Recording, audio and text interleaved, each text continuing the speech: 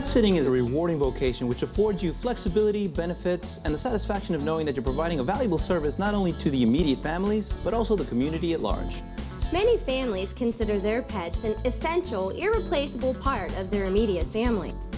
Some families even consider and treat their pets as surrogate children. As a pet sitter, you must consider the tremendous amount of responsibility being entrusted to you. Thank you. Thanks, folks. Hi, I'm Victor. And I'm Julie. And we're here to walk you through the do's and don'ts, The ins and outs of pet sitting. And whether you're a sole proprietor or an established business, the basics are pretty much the same. We're going to walk you through the little details you might not have thought of, the advantages and the benefits, and even the worst case scenarios. Most of this is good common sense, but it's important to remember that your professionalism and reputation is the key to a long-term, successful career. So let's get started. It's okay to advertise on your vehicle for the initial client meet and greet, but be sure to remove it for each pet sit. You don't want people to know your clients aren't at home. Why do I need a pet sitter? What if you're leaving for the day? Or you're going on vacation? Or a wedding? An emergency? A funeral? Or you're going on a business trip? Eating out with family? What if you're just going to work? I could just take my pet with me. I mean, I really don't need a pet sitter. Most places won't allow you to bring your pets to work. They can't help you with your workload because they don't have opposable thumbs. And they also like to greet people by sniffing their backsides. Well, I have cats. They don't sniff anything. But they have fur balls. Well, there are other options. Like a kennel. Taking your pet to a kennel can subject them to additional stress. It is a strange environment. Also, your pet has a greater possibility of contracting an illness from another animal. There's not a lot of one-to-one human interaction. Kennels get overstocked quickly. Your pet can share a cage with another unfamiliar animal. It would be like being in a hotel bathroom for the duration. Or a real small closet at your mother-in-law's. There's also the veterinarian. But the vet poses similar problems to the kennel, and you don't know what additional visual trauma your pet may be subjected to. Oftentimes in a vet's office, the boarding area and the treatment area are the same. There's a greater possibility of your pet contracting an illness at the vet's office. Oh yeah, and don't forget the added stress of transporting your pet to the kennel or the vet. You can always ask your neighbor. Most people don't know their neighbors well enough to ask for such a huge favor. It's one thing to borrow a cup of sugar or to forget to return a borrowed tool. Besides, it is a big responsibility if something should go wrong. You don't want to ruin the relationship with the people next door. Sure, I'll watch your dog for you.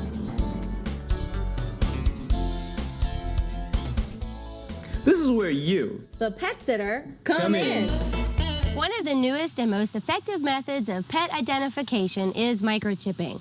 There is a 98% chance your pet will be returned to you if found, if it's microchipped.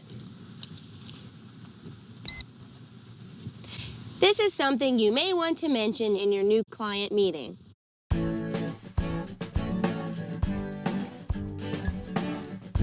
One of the singular best advantages to having a pet sitter come to your house is the pet remains in a familiar environment. It's their house, their toys, their yard, their rules. It's their happy place.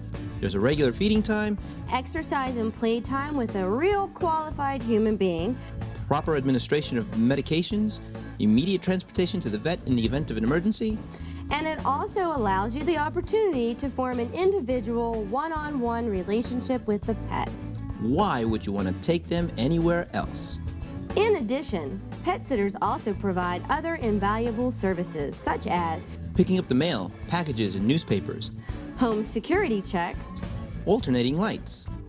watering plants, Opening and closing of blinds. Trash removal, and bringing in empty receptacles. If you have a key service, your pet sitter can also provide a lockout service for you.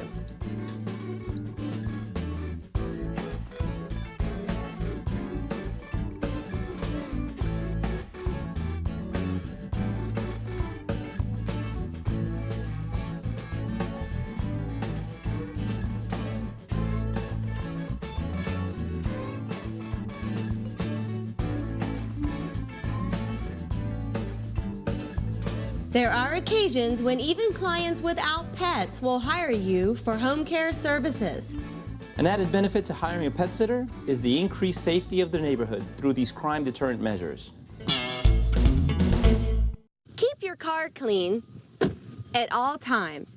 You never know when a client might walk you to your car after a meeting. Your car is a reflection on you. Always present the best possible image.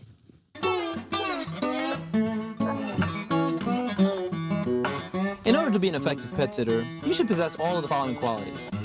To begin with, you should have a love of pets. Animal experience is a plus. You should be a real people person, possess great communication skills, and have a great personality.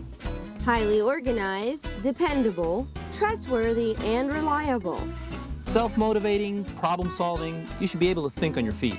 Realize you'll be working holidays and will be on call for all of your clients' needs. You need a definite non-aversion to biological discharges.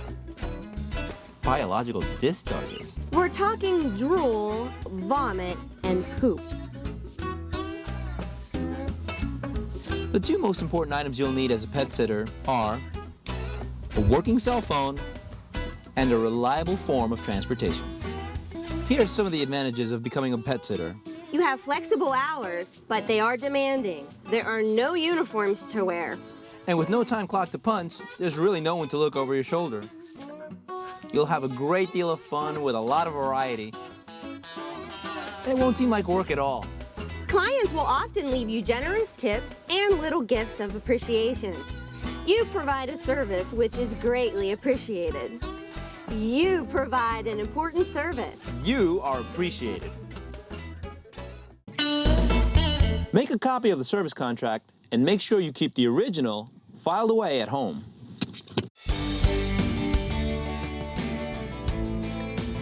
It's very important to return calls immediately. This shows professionalism in a competitive, growing market. Also, at this time, it'll help you to determine whether or not you can handle a client's requests. You may not want to take care of large dogs, aggressive dogs, or dogs that may bite. And there may be some breeds that you're adverse to. Fluffy bunnies, kitty cats, any pet that you may be allergic to, or even have a phobia towards, like lizards, or spiders, or snakes. Oh my! Or the distance to the client's house may just be too great. It's okay to say no. It's at this point that you should discuss a payment schedule. Now, you don't have to be licensed, bonded, or insured, but it is highly recommended, and it will go a long way to easing your client's mind. Insurance also protects you from any unforeseen accidents that may occur in the home or with the pet while in your care. During the initial phone call, ideally it's important to have a first contact form so that you don't miss any necessary information from your potential client. This also starts the record-keeping process.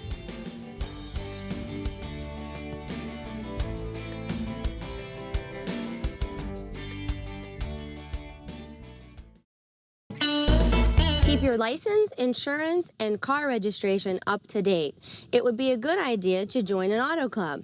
Keep an emergency kit in your car with jumper cables and a car charger for your cell phone. Your car is your lifeline. This meeting should occur in a timely fashion, usually within 3 to 5 days from the client's departure, to remember the pet and the pet specifics. This is your time to shine.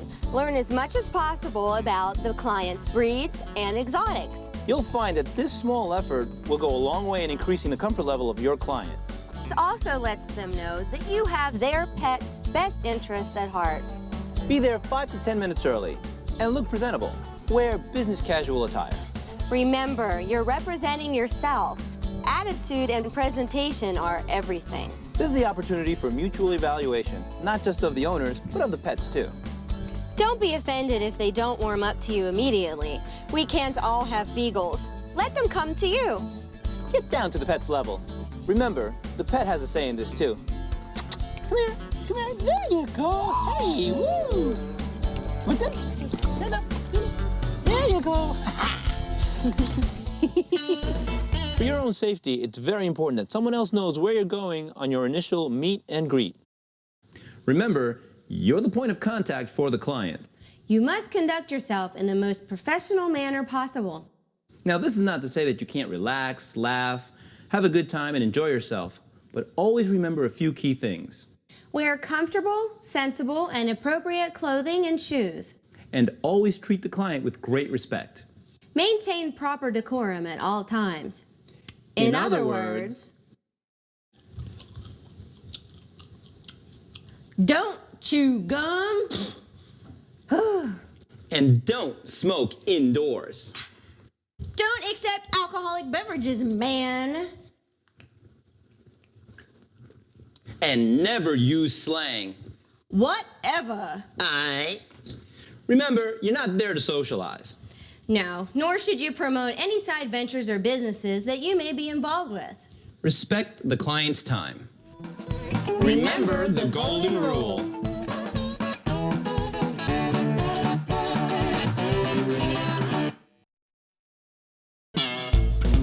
When inside the client's house, make sure you have some sort of key retrieval system. This will ensure that you'll have the key with you at all times and you won't get locked out of the house.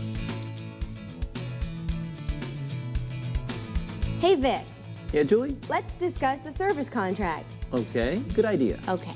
The service contract is the most important aspect of in-home pet care. This is where you'll properly learn how to take care of the pet and the home.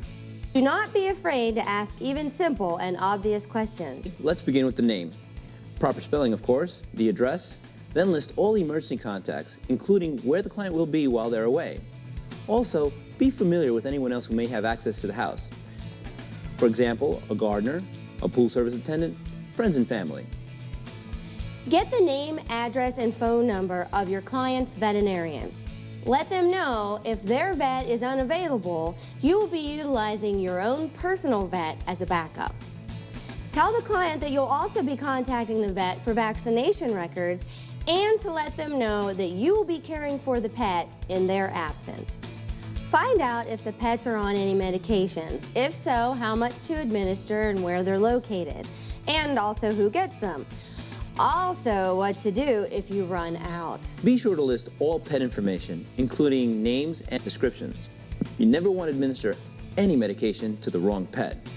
Make note of the feeding schedule, including the location of foods and dishes, and any special dietary requirements. List all of the pet's fears, phobias, likes, dislikes, unusual behavior, and any biological symptoms. Find the location of all leashes, tags, and pet carriers. Know the location of the electrical circuit breaker box, the water main valve, and any stored flashlights. Be clear on what areas may be off limits to you and or the pet, such as the couch. Find out how the client wants you to handle the kitty litter box and the proper disposal of the waste. In the event of an accident, know the location of all cleaning supplies that you can utilize.